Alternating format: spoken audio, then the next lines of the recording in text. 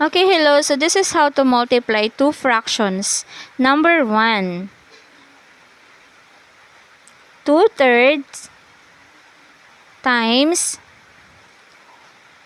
4/7.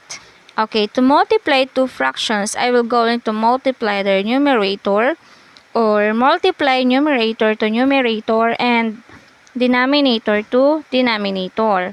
So we have 2 times 4 equals 8. And 3 times 7 equals 21. So the answer is 8/21. Okay, next we have number 2 example. Number 2. 3/5 times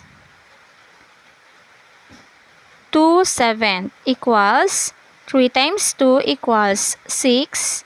And 5 times 7 is 35. So the answer is 6/35. Okay, next let's have number 3. Number 3 we have 1/4 times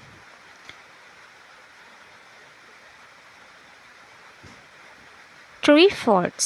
Then multiply their numerator. 1 times 3 equals 3 and 4 times 4 equals 16. So the answer is 3/16. And next we have number 4.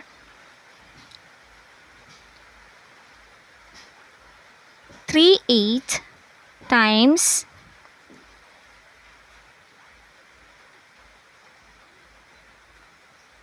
5/2. Then 3 times 5 equals 15.